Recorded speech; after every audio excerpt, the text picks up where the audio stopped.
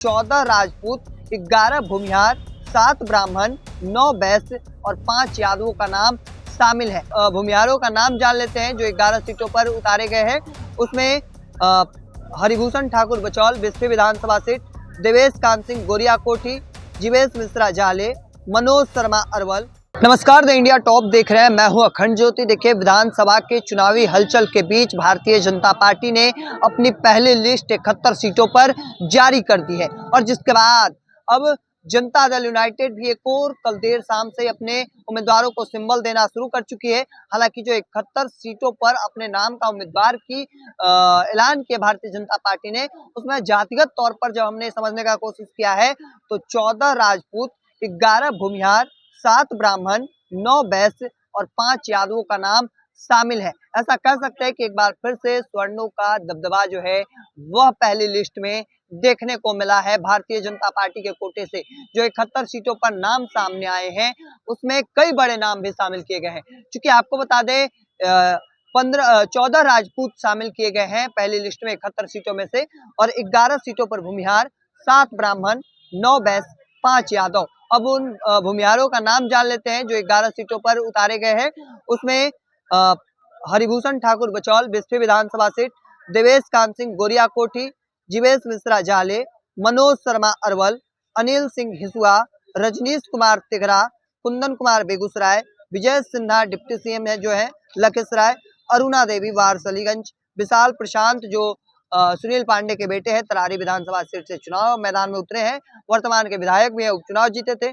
सिद्धार्थ सौरभ विक्रम विधानसभा seat से। और देखिए, इसी वजह से हमें आपको बताना पड़ रहा है क्योंकि बिहार की राजनीति में जाति बड़ा फैक्टर है और यही वजह है कि हमें जाति की बात करनी पड़ती है बिहार की राजनीति में।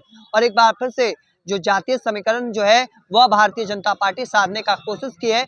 यही वजह है कि एक बार फिर से स्वर्णों का दबदबा जो है वह पहली लिस्ट में देखने को मिला है 71 सीट। चूंकि इस लिस्ट में कई बड़े नाम जो है वह शामिल किए गए हैं।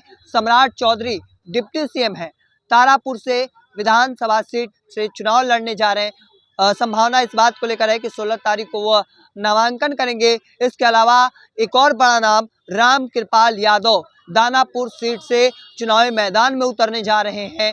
तो 2 बड़े नाम, और इसके अलावा कई बड़े नाम जो हैं वह चर्चे में हैं। जिन नामों का चर्चा सबसे अधिक है उसमें स्वास्थ्य मंत्री मंगल पांडे सिवान विधानसभा सीट से उतारे गए हैं। तो देखिए, कई नामों को लेकर काफी सरगर्मी जो है वह तेज है और इसके बीच 71 सीटों पर जो नाम ऐलान किए गए हैं वह हम आपको बता रहे हैं। और देखिए, इन सब के बीच लगातार सियासी महकमा जो है हलचल जो है वह काफी देखने को मिल रहा है। देखिए, कई बड़े नेता जो हैं वह लगातार सीएम हाउस जा रहे हैं और देखिए सीएम हाउस के भीतर भी हलचल लगातार तेज है।